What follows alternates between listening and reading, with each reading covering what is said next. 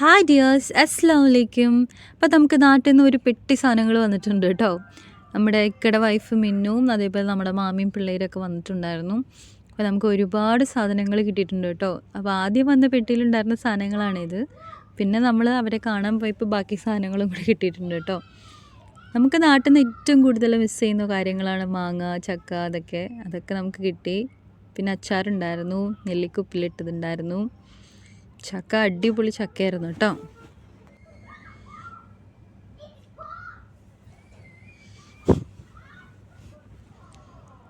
പിന്നെ നല്ല അടിപൊളി പത്തിരിയും ബീഫും ഉണ്ടായിരുന്നു. ഇതൊക്കെ മിന്നുവിൻ്റെ ഉമ്മ നമുക്ക് കൊടുത്തു വിട്ടതാണ് കേട്ടോ. കിഡു ബീഫായിരുന്നു.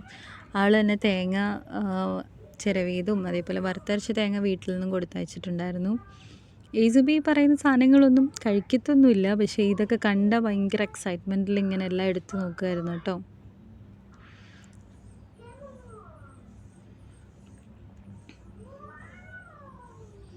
പിന്നെ ഈസുവിന് കുറച്ച് ഡ്രസ്സുകളൊക്കെ ഉണ്ടായിരുന്നു.